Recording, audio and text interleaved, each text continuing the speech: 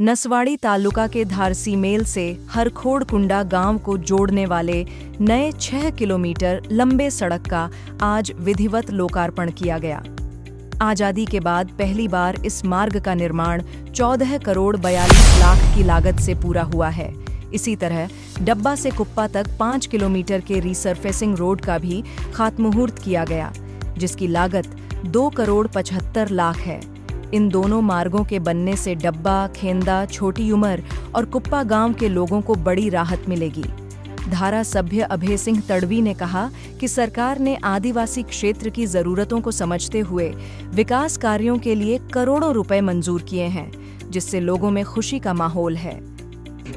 આજે ડુંગર વિસ્તારના હરખોડ કુંડા રોડનું લોકાર્પણ અને ખેંડા ડબ્બાનું ખાતમુહૂર્ત 3 કરોડ ને 82 લાખ।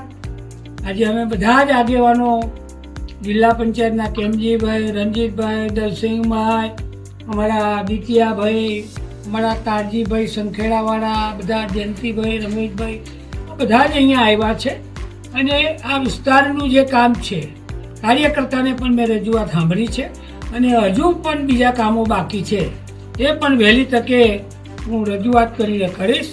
ભારત માતા કી જય।